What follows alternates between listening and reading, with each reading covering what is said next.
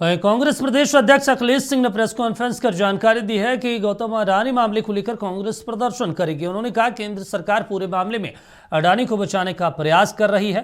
कांग्रेस ने एक पोस्ट भी रिलीज किया जिसमें प्रधानमंत्री मोदी अडानी को हाथ जोड़ते दिखाई पड़ रहे हैं। तो वहीं प्रदेश अध्यक्ष अखिलेश सिंह ने कहा कि अब नीतीश कुमार के फेयरवेल की तैयारी की जा रही है। पूरे दुनिया में इतनी कभी किसी बिजनेसमैन को लेके भारत की छवि नहीं खराब हुई।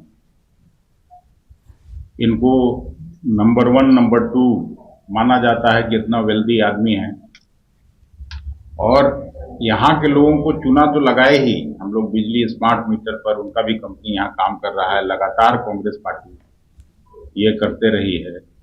अब अमेरिका में भी जाके वहाँ के उनके शेयर में इन्वेस्ट कराए। वहाँ के एक शेयर कंपनी के साथ उन्होंने अपना साझेदारी किया और वहाँ से पैसा लेके, और जब उनको ठेका यहाँ नहीं मिल रहा था तो ब्यूरोक्रेट्स को पैसा दिया 2200 करोड़।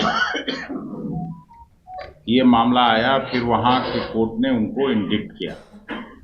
तो इस पे न केवल हम लोग उनकी गिरफ्तारी की मांग करते हैं, बल्कि एक कम्प्रिहेंसिव जेपीसी जो उनका कारगुजारी है, जिस तरह से